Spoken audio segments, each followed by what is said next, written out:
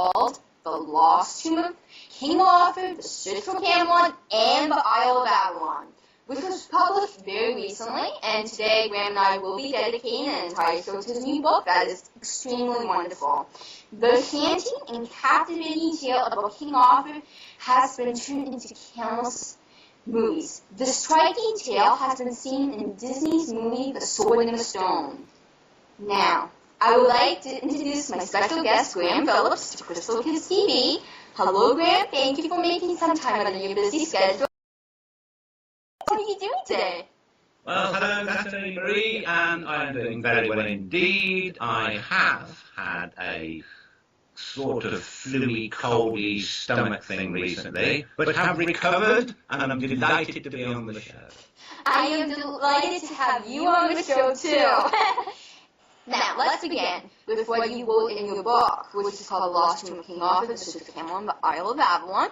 In this book, you state, curiously, 1191 also marks the birth of another British saga, one that will become to rival even the legend of Robin himself, the story of King Arthur.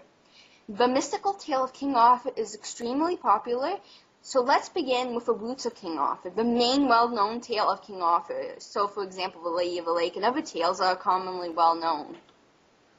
The story of King Arthur, as it's known to most people, which was written during the Middle Ages. And when I say the Middle Ages, I mean between about the year 1000 and the year 1500.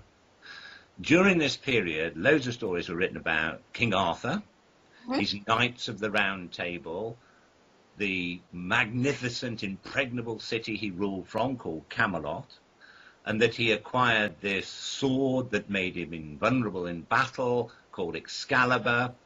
And as he lay dying on the field of battle, the sword was thrown by one of his knights into a lake, and the arm of a mysterious nymph-like creature called the Lady of the Lake grabbed the weapon and took it down into the water. And then Arthur was sailed across this lake to an island in the middle of it called Avalon, and there he was buried. Now, that in essence is the story of King Arthur. But there are many things in this tale which what we would think of today as being pretty much made up fantasy. Arthur and his knights rescue damsels in distress. They fight dragons. There are witches involved in the story and wizards. So the question is really, was there some truth behind this tale, or was the whole thing just made up? Right, and that's what we are here to discover today. Well, this enchanting tale is just so mystical. So you have researched the topic of King Arthur in depth, and there was a monk by the name of Nennius, and he wrote a book called The History of the Britons. Who was Nennius, and what exactly does he record in his book about King Arthur? The earliest story about Arthur, written in a kind of fictional sense, the Arthur I've just spoken about, right, was written in the mid-1100s. Okay. But 300 years before that, this monk Nennius that you just mentioned wrote a history of Britain. And in that book, he refers to a genuine historical King Arthur who lived 300 years before his time, around 500 AD. And that Arthur is not portrayed as being a knight in shining armour, fighting dragons, rescuing damsels in distress, and all the rest of it. He is portrayed as a down-to-earth, solid, historic figure. All that Nennius tells us is that he united the Britons in an attempt to repel a foreign invader. At the period he's talking about, 500 AD, the Roman Empire had very recently collapsed in the 400s. The Roman soldiers had left Britain, and if you imagine now in any country in the world, if suddenly all the police disappeared and all the army disappeared, it would soon descend into chaos. And this is what happened in Britain when the Romans left in the 400s, and the country divided into lots of small little kingdoms, often feuding with each other, which allowed a new bunch of people from across the sea in Germany, people known as the Anglo-Saxons, to begin to invade England. Now, the native people of Britain, the Celts as they were, the native Britons, were losing their fight against the Anglo-Saxons because they were all too busy fighting each other. And according to Nennius, it was into this divided country that Arthur came, took over the rulership, or took over as a high king of these amalgamation of British kingdoms, and for a period of about 20 years pushed the Anglo-Saxons back almost into the sea. But for a period of, his lifetime, the Britons were able to live in peace and as one nation.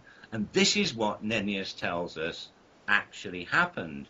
But he doesn't talk about Arthur in any kind of fanciful way. He's a down-to-earth warlord. He tells us the period he lives, and he just lists the battles he fought and tells us he was the last of the great Britons to make a stand against the Anglo-Saxons, because when he died, the unity fell apart, and the Anglo-Saxons began their advance again, and eventually took over all of what is now England, which, well, actually gets its name from Angleland, the land of the Anglo-Saxons. And the poor old Britons were reduced to living in the west of the country in an area now called Wales. Mm-hmm. Well, thank you for telling us about that. Who is Gildas? He wrote a book called On the Ruin and Conquest of Britain. What does he write about King Arthur? Well, the interesting thing is that there are very few records that survive from the period it seems that the historical King Arthur lived. So we have around about the year 500, Britain is being invaded by the Anglo-Saxons from Germany.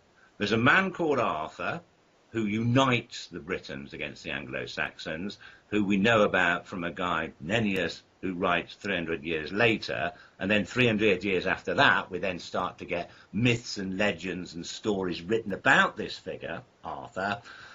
There are very few actual records that survive from the time Arthur lived. There's a number of reasons for this. One, the Romans had left, everyone was feuding with each other, and so consequently few people had time or the inclination to write. Mm-hmm. But one thing that many people forget is that people during what's known as the Dark Ages, which pretty much goes from when the Romans left in the 400s up until about the year 1000, but during the Dark Ages, the reason very little was written is because when the Romans were here, there was workhouses, if you like, or factories, if you want to call them that, where they made paper and writing implements. These had all collapsed. There was no paper being made. So anybody wanted to make paper to write on or create parchment, i.e. some kind of animal skin to write on, had to go about quite a lot of work in doing this. And the only people who were able to, really, were monks in secluded monasteries. And they were the only ones who really knew how to write, and they wrote in Latin. Now, this Gildas you mentioned was one such monk, and he did live during the period that Arthur is said to have lived. And he wrote, just a couple of decades after Arthur's time, when he was an oldish man, he wrote the book you said, On the Ruin and Conquest of Britain. And in that, he does refer to a man who took over all of Britain and managed to defeat the Anglo-Saxons. Everybody admired him and they followed him. And he beat the enemy with fire, spear and sword.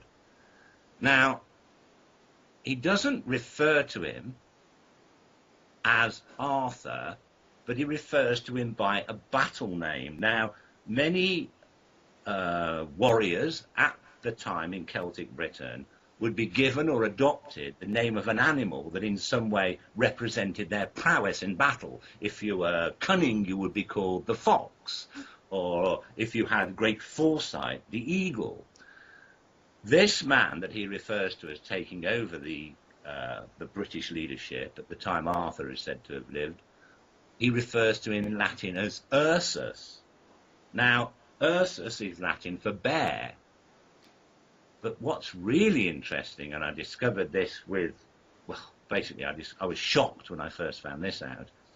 If you translate the name Ursus, bear, back into Brythonic, which was the language spoken in Britain at the time, and it's actually still preserved in modern Welsh, the word for a bear is Arth, A-R-T-H.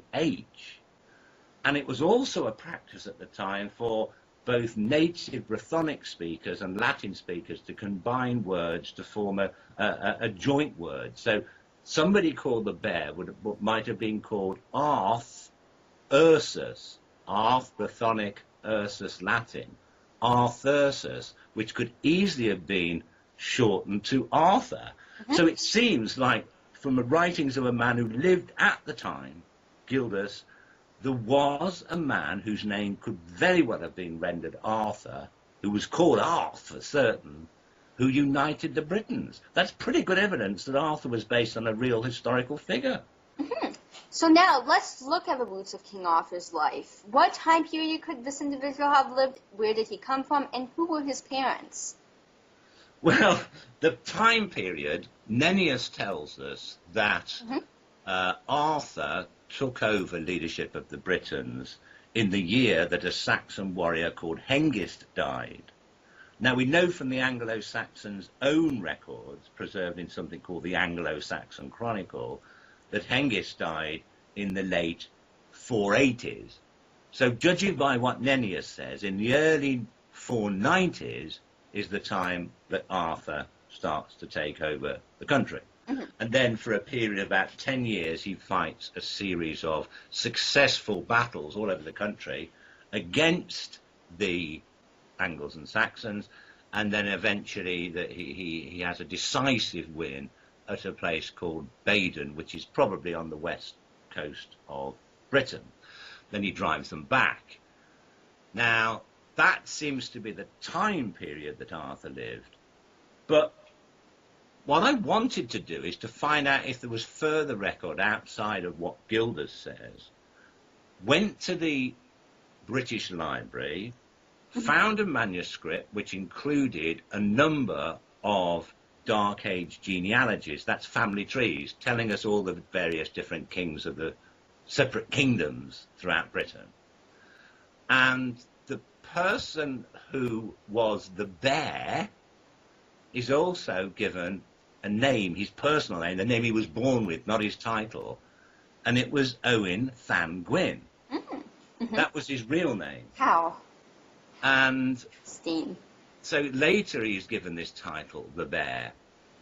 In fact, he wouldn't be the first person in history to have gone down under his title rather than his real name. We've all heard of the Mongol warrior Genghis Khan, but that wasn't his real name. That was his title, meaning universal ruler. His real name was Temujin.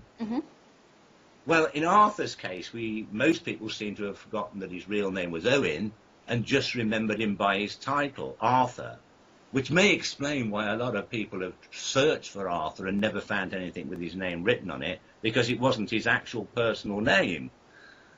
But what really convinced me that this Owen Llan Gwyn was the historical Arthur is that his father is recorded as having the title. His father's name was Anion, but his title, because remember they had these animal titles, and sometimes these animals were real animals, sometimes mythical animals. Wow. And his father was known as the Terrible Head Dragon. Oh. Translated into Brythonic, that is Uther Pen Dragon. And in the stories of Arthur in the Middle Ages, Arthur's father is called Uther Pen Dragon. So if I haven't found King Arthur, I'll eat my own head. Well, please don't do that, Graham. It'll be quite difficult, but I'll try. Well, don't. No. But I just wanted to ask you a question about the tale about the 12 Knights of the Round Table. Where did that originate from? The Knights Table is quite interesting. In the Middle Ages, the idea was that King Arthur has a round table made. This is the stories told then. And all of his knights sit around it. And the reason it's round is so that no knight, or even the king himself, can be said to sit at the head of the table in a position of prominence. Now, the idea of a table was probably made up by artistic license. Right. If you go back to the Celtic people of Britain, when Arthur is said to have lived, they had a tradition when various chieftains met together of sitting in a circle on the floor around a cauldron from which they shared a meal or from which they shared drink, and they sat in a circle so that none of them could seem to be assuming a position of authority over the others. And it may have been that tradition of historical warriors concerning the real King Arthur that later became the Knights of the Round Table. But incidentally, the idea of knights in shining armour, fighting with broadswords and lances and living in huge Gothic castles is purely a medieval concept. Those sort of things didn't exist hundreds of years earlier when Arthur was around.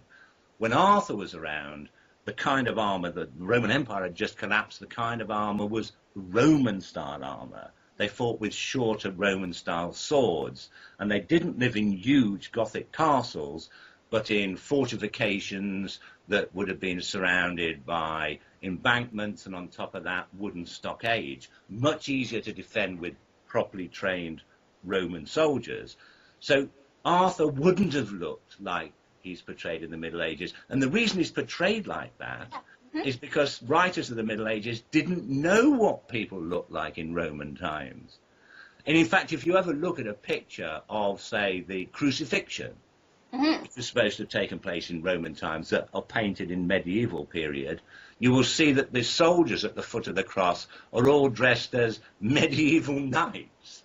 They didn't know what Romans looked like. Exactly. So this is why Arthur, during the Middle Ages, becomes personified in paintings and in literature as a medieval knight, where in reality he was a Roman-style soldier. So the Knights of the Round Table were Roman-style warriors who sat cross-legged around a cauldron sharing a collective meal.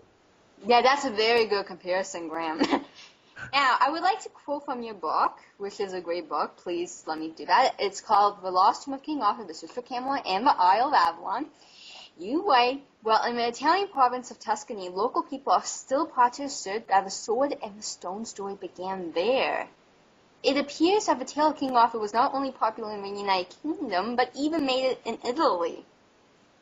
Yeah, it's weird. I mean, in the Middle Ages, there was a sword stuck in a stone in Tuscany, which was said to have been the actual sword that Arthur pulled from the stone, and somehow it ended up getting stuck back in there again. And a knight in the Middle Ages, that the actual truth behind that story is that a knight in the Middle Ages had witnessed so much bloodshed and death that he decided to give up fighting and become a monk. And in order to prove that he was never going to fight again, he thrust his sword into this boulder and no one could pull it out. And he became a saint. He did holy works and miracles were supposed to have appeared around him. And this sword is still stuck in this rock today, in this church in Tuscany. And it is, but the interesting thing is that that's the story that's told there now. Some people say that the story of the sword in the stone came from that.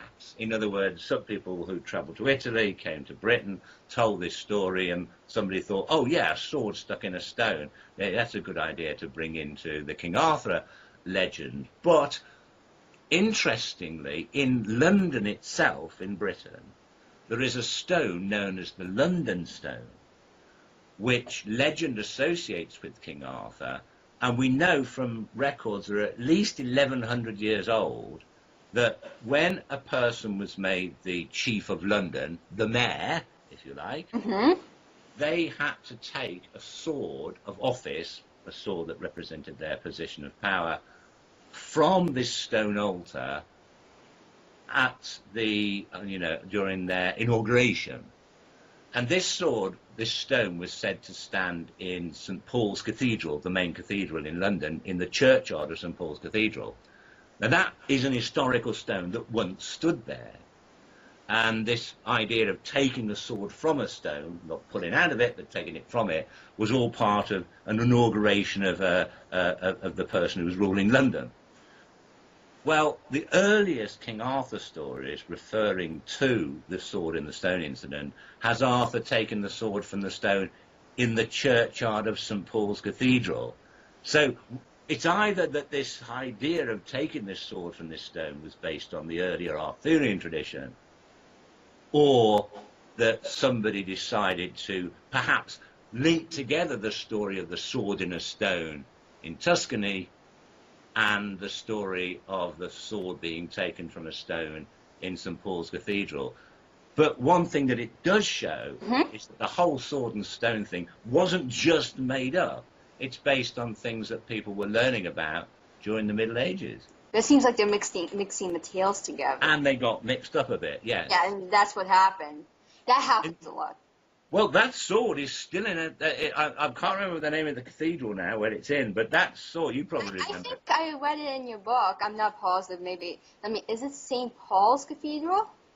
St. Paul's Cathedral is the one with the stone, with the sword on top of it, but the one in Italy... The one in Italy, okay. I can't remember the name of the church now. You can look it up, sword in stone in Italy. Type that into Google, you'll find it. It's still there on display, and some people think it might have been Arthur's sword, although you have to go a long way to Italy to then come back to Britain to go and get it. But it's still stuck in this stone, and it's said that great things will happen to those who can put it out. But unfortunately, these days you can't get to it because it's protected by a perspex split-proof screen. But anyway, you might want to try your luck. The screen might shatter if you're holy enough. Yes, if you're holy enough. It sounds so enchanting. Wow, so charming. That sounds really nice. Now, are there any direct descendants of King Arthur? And is there a strong bloodline that still exists until this very day? Yeah, it's really interesting you should ask that, because yes, this Owen Llangwyn, the man who I believe was the historical Arthur, he has a family tree, a genealogy that survives in the British Library in London, an old medieval document. And you can trace he had a son, who had a son. Unfortunately, you don't get a lot of the daughters being shown at that point, unless, of course, there's no older brothers. So tracing them down, I managed to trace them all the way through the Middle Ages, and this took some time and some rummaging through documents, because... But anyway, eventually I found that this direct descendants were the Spencer family, who included the Princess Diana, who married Prince Charles and became the mother of Prince William, who is second in line to the English throne. One day he'll be king after Charles. Prince William is a direct descendant of the person I believe was the historical King Arthur. And what's really amazing is that the story of King Arthur in the Middle Ages says that one day Arthur will be reborn. He is known as the once and future king. But the earliest stories don't say that he will kind of reincarnate or rise from the dead and rule the country like some kind of mad zombie. It actually says that one of his descendants will again one day rule Britain. And none of his descendants have ever done that since. But once William takes the throne, it will be the first descendant of Arthur to have ruled the country. And apparently amazing things are supposed to happen when that takes place. But, you know, what I find is the most fascinating thing about all this is that Prince William's middle name is Arthur. How incredible! Is that a coincidence or what? No idea. I was the first one to find out he was descended from Arthur. I don't think his parents knew. Yeah, wow. So it's just a coincidence. You know, that's amazing stuff. Wow, I love this information, totally. Yay. Well, now, you also are researching where Camelot could be. So let's find out where the real Camelot could be. Because I've always been interested in this subject. So who could have ruled from Vericonium, and where is Vericonium located? Well, I tried to work out first, this is going back even before I discovered who Owen Llangwyn might have been. I thought perhaps if there was an Arthur, just like this monk Nennius says, then it seems that I've got to find out where he ruled from. Now, we don't know where he was born. That bit I haven't been able to find out. Some legends say he was born down in Cornwall in the southwest of England at a place called Tintagel. Other stories, such as the story in St Paul's Cathedral where he draws the sword from the stone, suggest he might have been a Londoner originally. But at the time he came to power, I wanted to find out, so around 500 AD, what was the most powerful city in the country? Now, one would say, well, just go and look for somewhere called Camelot. That's where he's supposed to rule from. Of course. But, unfortunately, A, there's no place still called Camelot, but B, the name Camelot was actually made up by a 12th century French poet called Chrétien de Troyes. Try saying that when you're drunk. Chrétien de Troyes. And he wrote this, he wrote a poem in which he wanted to find a word to rhyme with Lancelot and invented Camelot. So at the Monty Python team, they had to come up with, she likes to push the Pramelot. Or, sorry, she makes me push the Pramelot. Yeah, that's you know, so Lancelot, Camelot, invented. Yeah, it does rhyme. But much earlier than this, we do have old tales of King Arthur, which aren't so elaborate as the Dark Age tales, which do say, as the ones written in the Middle Ages, Dark Age tales these are, which tell us that Arthur ruled from the most magnificent city in the country. But they don't tell us the name of it. It seems that by this time, wherever it was had been forgotten, because things were being basically passed on by word of mouth, as there was very few written words appearing. Because, as I said, there was nothing to write on. And most people couldn't write. Yeah, so it's been passed on by word of mouth. So the place has been forgotten. So I thought, let's do some kind of Sherlock Holmes type logical deduction here. Of course. What were the biggest and most powerful cities in the country at the time when the Romans left Britain? Well, there was 4 of them. There was London, Lincoln and York, which were all in the eastern part of Britain. And very quickly, by 500, these places had been overrun. So they were all in the hands of the Anglo-Saxons. So Arthur is not going to make his capital there. He may have pulled a sword from a stone, or at least, shall we say, been crowned king in London when he was younger. But by the time he was old enough to rule the country, London was firmly in the hands of the enemy.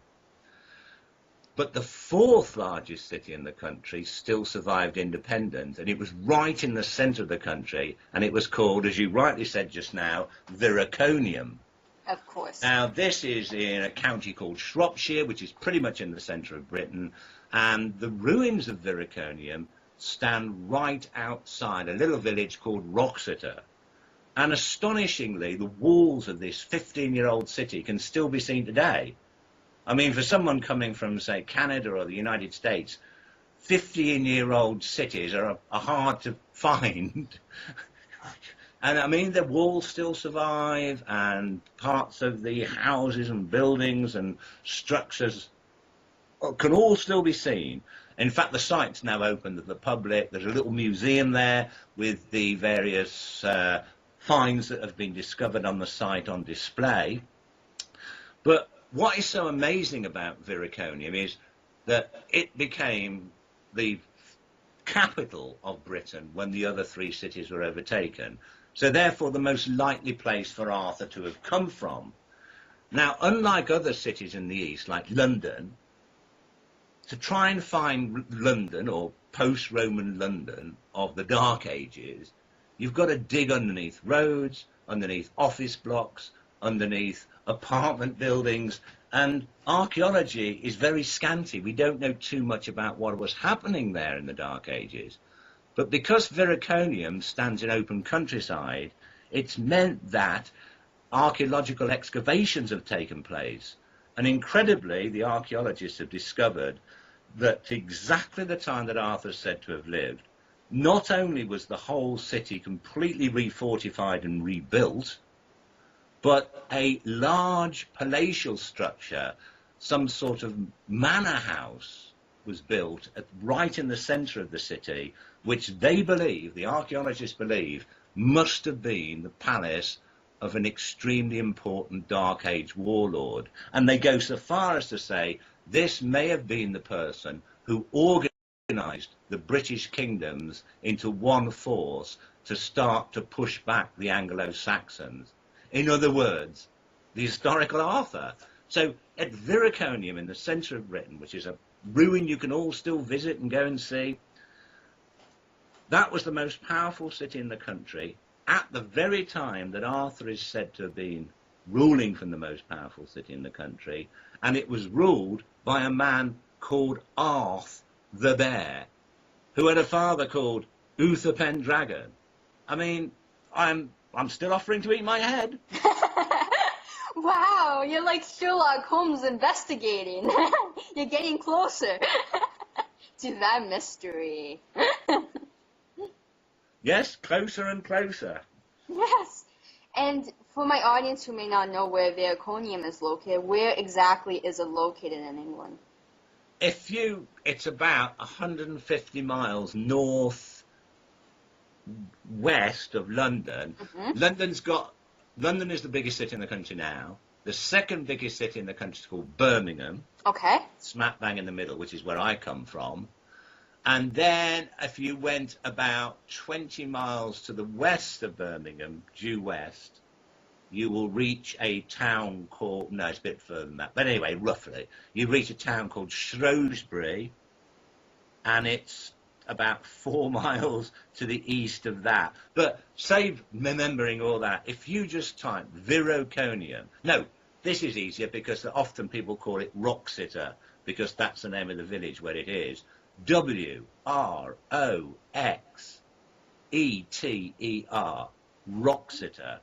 You put that into Google and you will find where it is and everything about it and how to get there. Wroxeter, Wroxeter. That, in my humble opinion, is Camelot.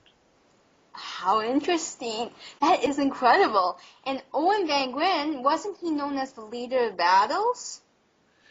Nennius, the monk, as you talked about before, refers to him as, he doesn't call him King Arthur, he calls him by the Latin term Dux Vallorum,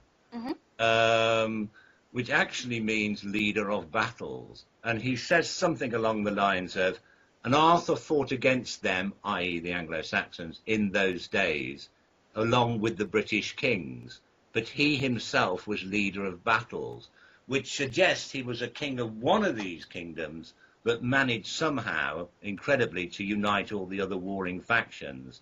And the kingdom he came from was the kingdom that had Viraconium as its capital. It was actually known as Powys, the kingdom around there. When the Anglo-Saxon, that's Powys, when the Anglo-Saxons pushed the Britons, later on after Arthur's time, out of Powys, they pushed them into the mountains in the west of Britain, which is now known as Wales, and there's still a small county in the middle of Wales called Powys that bears that name.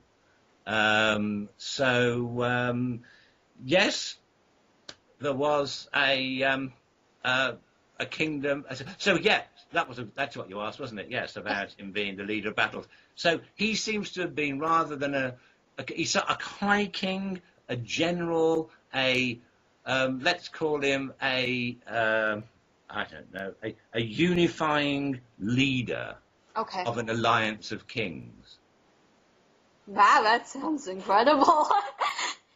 And when we think about the story of like King Arthur, we always think about Guinevere, his wife, because it's intrigued so many thousands of people around the world. And is it possible that she could have been actually the daughter of Merlin? And was King Arthur really married to her? And what does her name mean? Wow, name Guinevere. I gave you a hard question there. Comes from the earliest stories refer to her under the Welsh name Gwenhwyfar, which means something like white spirit, which appears to be, or white lady in some translations. That was the Brythonic word. It seems that, I mean, that could have been the name of somebody, but there was a goddess by that name. So it seems that part of the story of Arthur gets mixed up with the story of a goddess, a Celtic goddess. There are other early traditions that say that Guinevere is Merlin's daughter. Amazing. Married Arthur. Whether that's true or not, I don't know. The only thing I can say is that very close to where Viraconium is, another 7 miles to the east, is an old ruined abbey called White Lady's Priory. It's supposed to be one of the most haunted places in England. I mean, I've spent nights there, and some pretty weird... I mean, I remember once years ago spending a night there with a bunch of people, and we heard these strange noises coming from the roundabout woods. And one of the people there was head of his local forester, and he knew all the names of local animals and things and what they sounded like. And he said, I've never heard an animal in this country make sounds like those. And then we saw this like white kind of like light come from the trees. And it was pretty weird, pretty spooky. Whether that was somebody messing around with us, whether it was just us getting overexcited, I don't know.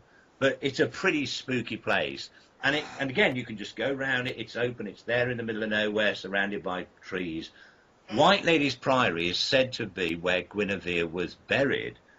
At the end of the Arthur story, Guinevere goes to a nunnery because she's had an affair with Lancelot, and she feels upset about it, and goes and spends the rest of her life in a nunnery. And this is White Lady's Priory, is supposed to be the priory where she spent her time. The modern building probably dates from a later period, but there was definitely an earlier some kind of monastic building on the site that dates from the period that Arthur is said to have lived. She is supposed to be buried there. There is a grave actually in the grounds, which is said to be Guinevere's grave, and it's said to be haunted by a white lady. Remember, Guinevere means white lady. It's actually called White Lady's Priory. Local people say, oh, it's because the nuns were nuns who used to wear white habits. Well, there were actually Benedictine nuns that were there, and they wear black. So the name White Ladies came from something else. And it could have come from Guinevere. So there's another place you could go and visit if you go to that area, White Ladies Priory, which is very near a town called Wolverhampton. But you can type that into Google, White Ladies Priory, England, and you can see what it looks like. You can see how spooky it looks. So there's legends of Guinevere associated with that area of the country where I've associated King Arthur, not elsewhere in the country where other people have associated King Arthur. So, she might have been a goddess, she might have been real, she might have been mixed up with the story, but it's a fascinating... she's a fascinating character altogether. She sounds so fascinating, and it sounds fascinating that she went to that place. Wow, how did you enjoy it? It must have been fun. Well, I ran away. You did? In fact, in the very first book I ever wrote about going to White Lady's Priory, for a completely separate reason, it was to do with investigating supernatural goings-on, right? This was a book I wrote years ago. There's like 10 of us there when we see this light and hear these noises. Every fourth line in the book are the words, "Flee," said Graham. "Flee," said Terry. "Run away," said Marion. We spend all our time sort of fleeing, running away, sneaking back in again, seeing something else, running away. So we weren't very brave back then. But, wow, it sounds like you had a very incredible experience, Graham. Well, now, since we're talking about King Arthur, I was thinking about going into the story. Remember the mystical tale of the Lady of the Lake myth? Maybe we could talk about where the actual sword was thrown. And is there actually a lake like the one in the myth that we're actually looking at? The interesting thing about the story of Excalibur is I thought that it would be one of the tales of King Arthur that was the least likely to have actually been based on any kind of historical fact. I mean, in the story, Arthur is dying, mortally wounded on the field of battle. He gives his knight a sword, and he asks him to throw it into a nearby lake. And when he does so, the arm of the Lady of the Lake, this strange nymph-like, I don't know, what would we call her, a mermaid with legs, her arm comes out of the water, grabs the weapon by the hilt and takes it down into the crystal depths. I mean, that's the tale. Mm-hmm. And then, when the knight returns to Arthur nearby, he sees Arthur being taken across to an island in the middle of this lake on a boat, on a barge, accompanied by a number of beautiful maidens. And he's taken there. They try and heal him. They fail. He dies. He's buried on Avalon. Mm-hmm. Now, okay, so we're talking about Avalon, although later there are other tales of Avalon that written later that put it across the western seas, but that's another story. But the story of Arthur's burial on Avalon is that it was in an island in the middle of a lake, the same lake in which the Excalibur was thrown. Now, firstly, I thought, well, the whole story of Excalibur being thrown to this kind of mermaidy type person just makes the whole thing sound a bit nuts. But when I actually read the history of the period Arthur is said to have lived, the Celtic people of the Dark Ages are recorded by foreign visitors and the Romans as having this practice that while during a funeral an important warrior's sword was thrown into a sacred pool or lake as an offering to a water goddess in the hope of providing the king safe passage to the underworld. Now, this, again, could really have been behind the story of the Lady of the Lake. Okay, there wasn't really a kind of mermaidy type person, but the idea is they were throwing a sword to a goddess that became a Lady of the Lake. Now, we know that this really did happen. It's not just that the Romans had told us that this happened. Archaeologists have excavated the dried up beds of ancient sacred lakes to find many precious objects had thrown there as offerings, including swords. So we know that this really did happen. So during a king's ceremony, a funeral ceremony in 500 AD or thereabouts, his sword could very well have been thrown into a lake that was believed to house some spirit, some goddess. Now, the water goddess of the Celts of that period is called Viviana. And in the earliest stories of the Lady of the Lake, her name is Vivian. So one thing has got to be based on the... What a connection. It has to be. It's right in front of... Yeah, it's right there. Yeah, of course. And this is the question I have been waiting to ask you for such a long while now. Where is King Arthur's tomb located? Okay, here you go. Finally, right? I'm having a heart attack. I've been dying to ask you this question. No, I shall tell you now. Oh, right, here we go. Remember that the idea was the story about the Lady of the Lake is that after the sword is thrown into the lake, Arthur sailed across to an island in the lake, Avalon. We know from the archaeological record and from historical sources that at the period, 1500 years ago, islands in lakes were often considered sacred. Yeah. And yes, one of these islands perhaps may have been the Avalon of which Arthur was buried. Now, having identified this man called Owen Llangwyn, who ruled from Viraconium, I thought, okay then, can we find out where he's buried? Now this took quite a lot of time, but eventually I found an old Dark Age war poem, which is written to, shall we say, remember the exploits of various kings, that survives in the library of Oxford University. It is there in the Bodleian Library at Oxford University. How exciting. Now, this poem tells us where the kings of Viraconium were buried.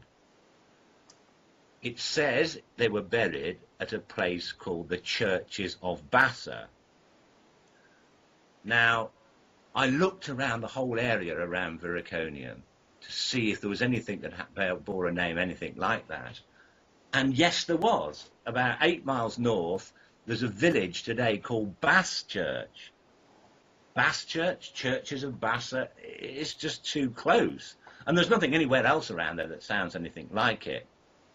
So visiting that area, I found that right outside the modern village is a hillock, which back in the Dark Ages had been fortified. There'd been embankments, a ring of embankments built around it, which would have had wooden stockades on the top. But this hillock was in the middle of a lake. It was an island. Now, parts of that lake have now dried up because the land has been used, reclaimed for farmland. But there are still certain parts of the lake there. But what is now a hillock called the Berth, which comes from a Welsh word meaning beautiful, this was a lake island. And thus it's at the churches of Bass, Bass Church, and because a limited amount of archaeology has shown that it was in use as some sort of ceremonial site back at the time Arthur is said to have lived, I thought this has got to have been the burial site of the kings who came from Viriconium, which included Owen Llangwyn, the historical Arthur. So the first thing is, wow, not only have we got a man who's called Arthur and whose father's called Uther Pendragon, who rules from the most sophisticated city in the country at the time that Arthur is said to have lived, he's also buried on an island in the middle of a lake just like Arthur. I mean, he's doing everything Arthur's doing, even when he's dead. There's a connection. So I thought, you know, there's going to be a number of kings here. How are we going to know which one is Arthur or Owen Llangwyn?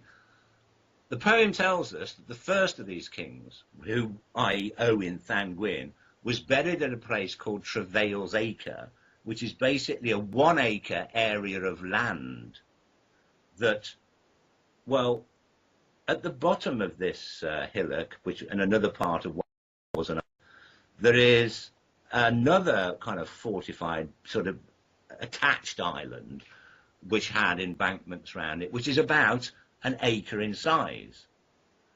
Now called the enclosure. It's in a field surrounded with cows and all this sort of thing wandering around. That matches exactly the description of where I believe Owen Llangwyn was buried.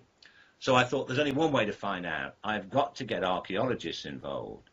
Now, it's on private land, but we've got permission from the farmers to examine the area. But it is also a protected monument because it's known to be many hundreds of years old. And so the government put a protection order on it. Yeah. So you can't just go digging there. Right. But you are able to use geophysics. Now, what that is scientific equipment that archaeologists use to see what's underground without digging, such as a ground sensing radar device. Now this basically produces a 3-dimensional computer generated image of what lies under the soil. After a day's worth of scanning this area with lots of different equipment, they found that right in the middle of this acre of land there was what had once been a ditch that had then been filled in again. They can tell this by the change in the soil content. 6 feet wide ditch, circular ditch, 6 feet deep. Now that is exactly the kind of way that graves were dug 1500 years ago, circular and deep, not square. And right in the middle of this ditch there is a big iron object that the archaeologists believed was a shield, or the centre boss of a shield. And we know from other discoveries made throughout the country that warriors at the time were buried on their side with a shield on their arm in a circular pit 6 feet deep. Now, as this was the only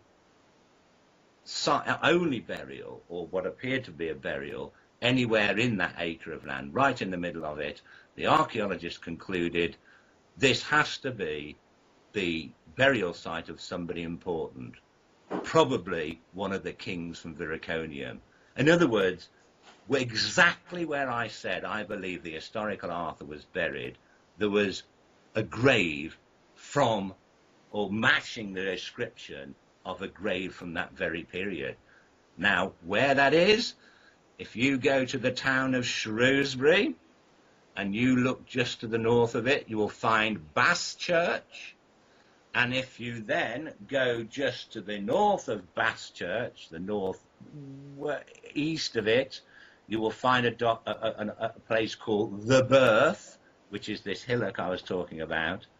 And that's where it is. It's private land, so don't go digging it up. Yes. And get permission from the farmer before you go there. But that is the place where it is. Anybody wants to actually have a look at pictures of this and aerial photographs and so on, you can go to my website, which is grahamphillips.net. Graham Phillips, with a net on his head, so you can remember, grahamphillips.net, not .com. And on the first page, there's a picture of my book, The Lost Tomb of King Arthur. Click on that, and you'll have like an 8-page summary of, you know, everything I've been talking about, and you can see all the pictures of it. Yeah, that's perfect. And just go there. And is it possible, if you have any on you, is it possible to show the audience any artifacts that you have on you? Okay. Well, I wasn't going to show this. All right. Okay, this is what I'm going to do, right? Mm-hmm. Let you into a secret here, just between me and you and your thousands of viewers, right?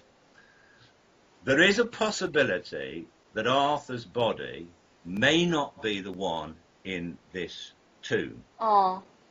Right? May not be that one, because it's difficult to tell from this poem, because it's written in Brythonic, which hasn't really been fully translated yet, and sometimes words can be a bit confusing, and they're also using artistic license. But it could be that the person who is buried there is not the first king of Paris, but the last, a man called Cunthelin.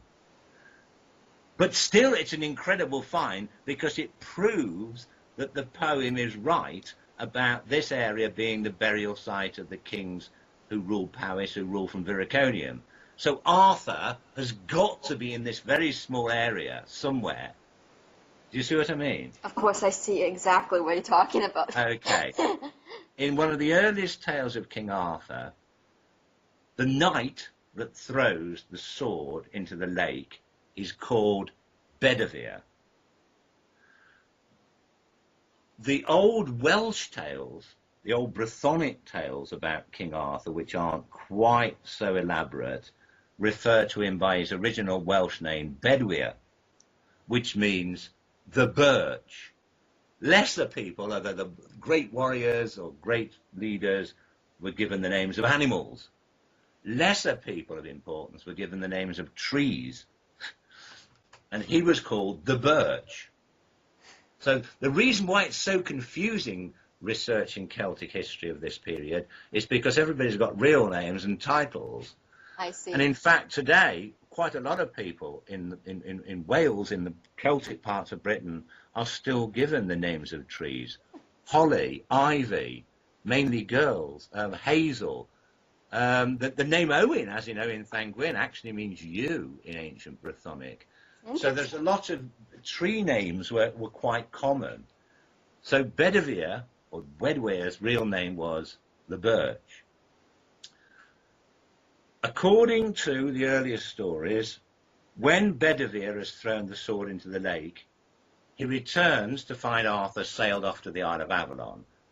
These ladies that live there, these maidens, these women skilled in the healing arts, try to cure him. They fail. He dies. Arthur is then brought back to the shore, where he's buried in a chapel right beside the shore. Now, you're thinking, well, a lot of this stuff we're talking about is pagan. It's both pagan and Christian, because in the early part of the Dark Ages, there was both pagan and Christianity going on side by side, and they merged as one religion. That is why Christmas time is we have the Christmas tree, the decoration of a Christmas tree. Well, the old pagans used to decorate trees at the midwinter solstice, which is around the time of Christmas.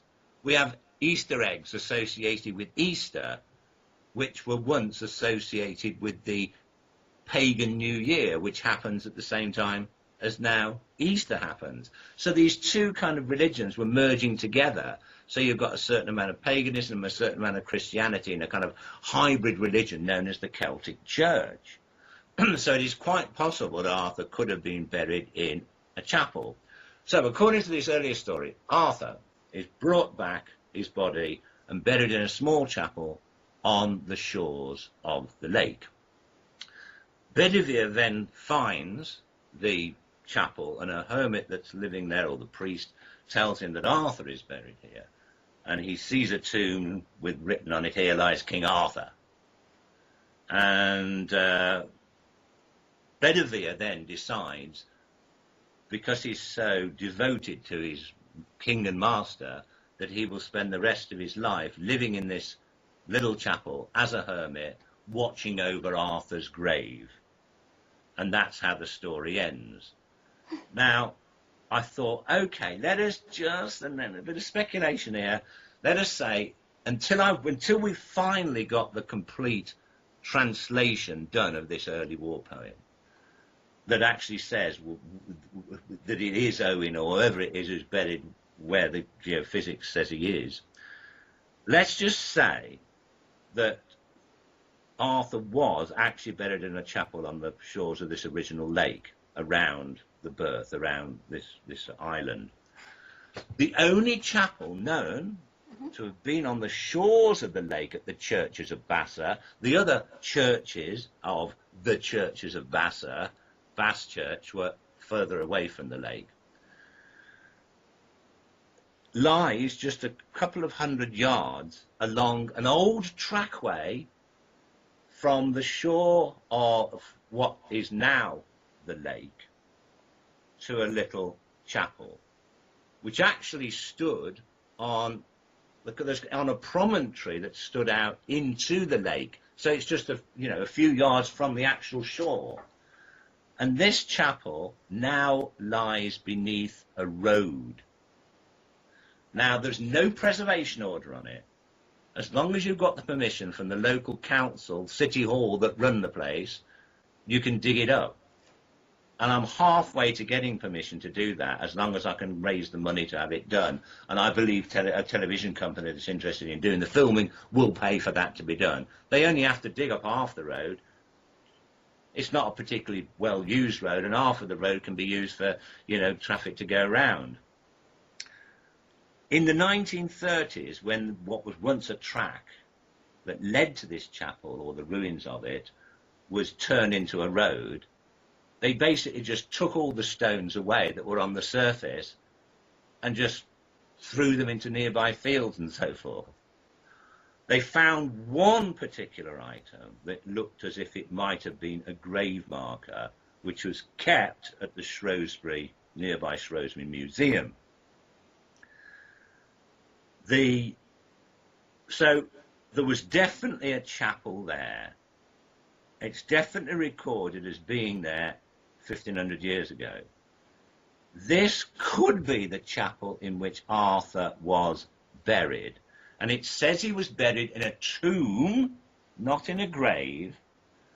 And this particular stone that they found back in the 1930s was affixed, looks like it was affixed to the side of a tomb. And it's not something that was actually put in the ground like a thick gravestone.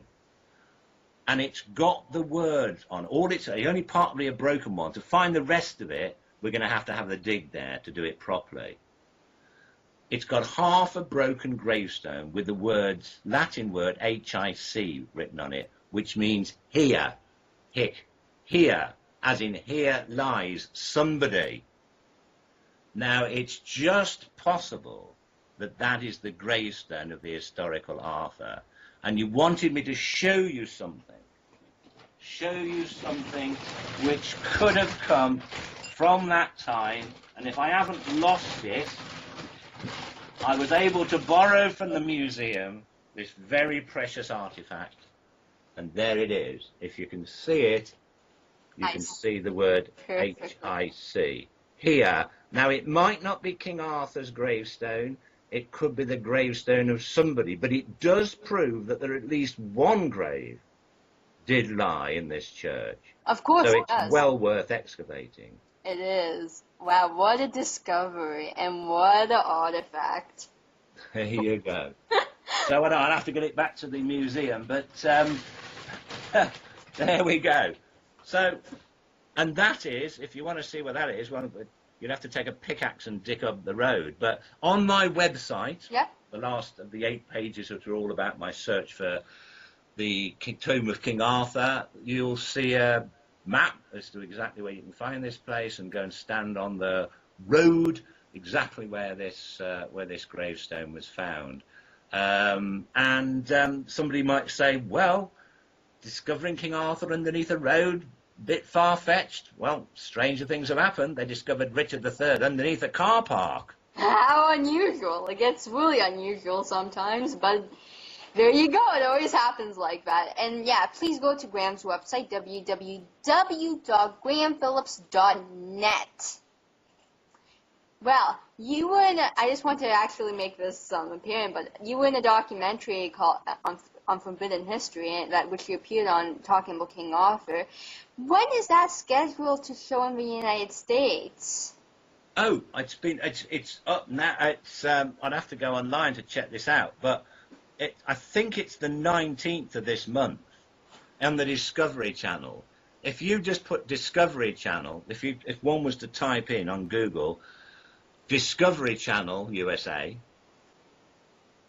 Forbidden History, King Arthur. So if you the series of which one of the hour-long episodes is all about me searching for King Arthur is in a series called Forbidden History, which is all about different mysteries. So if you just looked up, can't even remember King Arthur, you can't forget that really, but it's called Forbidden History and it's on the Discovery Channel. But if you should be, but I believe it's on one. I mean, I know the Discovery Channel's got lots of different channels, and it's on one of them. But it's Discovery Channel, and it's the 19th, I believe, of May. If not, it's around then somewhere. But they can repeat these things over and over, and it'll also be online. You can then sort of catch up as well. So you will be able to see it in the States and in Canada then. At the moment, you can only watch it in the UK. But it will be in the States. I think it's the 19th of May, and you can watch that. And when will it be on in the UK again? Oh, it's always on. Okay, good. and you can download it, you see, as well. But if you try and download it from America, for some reason, you can't get into it. I don't know how Google or the internet stopped that happening, but they do. Well, I just want to say that documentary was well done. Everyone said it probably beautifully, and it was presented in a way the audience just cannot wait to continue watching. Thank you. Yeah, my pleasure. And so, well, today we spoke about Graham's recent book by the name of The Lost Tomb of King Arthur, The Search for Camelot, and The Isle of Avalon. Graham's book is a must-read. Now, Graham, can you please be so kind to give us your website and where people may be able to buy this book, including your other books? Okay. In the USA, it's published in the USA now, so you can go on to Amazon.com, and I presume that's the same in Canada. So Amazon.com, you can get it from there. So you put The Lost Tomb of King Arthur, or just Graham Phillips, and you'll find that book there, and you can buy it there. It's supposed to be in the shops, like Barnes and Noble and things, so you should be able to get it there as well in the States. In the UK, it doesn't actually publish here officially until the 18th of May. That's when Amazon.co.uk start to sell it. But if you don't mind waiting a couple of weeks, you can always pre-order it, or order it from Amazon.com and wait for it to fly the Atlantic. But as for my website, as I said again, you can't forget this. GrahamPhillips.net tells you everything. The front page has got every single one of my books. Well, not every one, but most of the ones are in print now anyway. And you just click on an image of that, and I'll do a good few pages full of photographs as well, telling you all about it. And if you look at the Lost Tomb of King Arthur, which is a big picture of it, just click on that, and you can read all about the book. Everything we've said, plus all pictures of what I've been talking about. Wonderful. Then check that out, please. I would like to thank you for coming out onto Crystal Kids TV. It is always an honor and a pleasure to interview you, and I hope to interview you in the near future because you have many great topics to discuss. Love to be on again. Thank you for listening to Crystal Kids TV. I would like to thank you, everyone, for listening, and you can check out my website, www.crystalkidsradio.com or www.crystalkidstv.com for more. You can also like my Facebook page, Crystal Kids Radio, or follow me on Twitter by searching up Crystal Kids TV on Natalie Hart's Google+. Love, peace, and harmony. Love you all. Thank you for listening, everyone.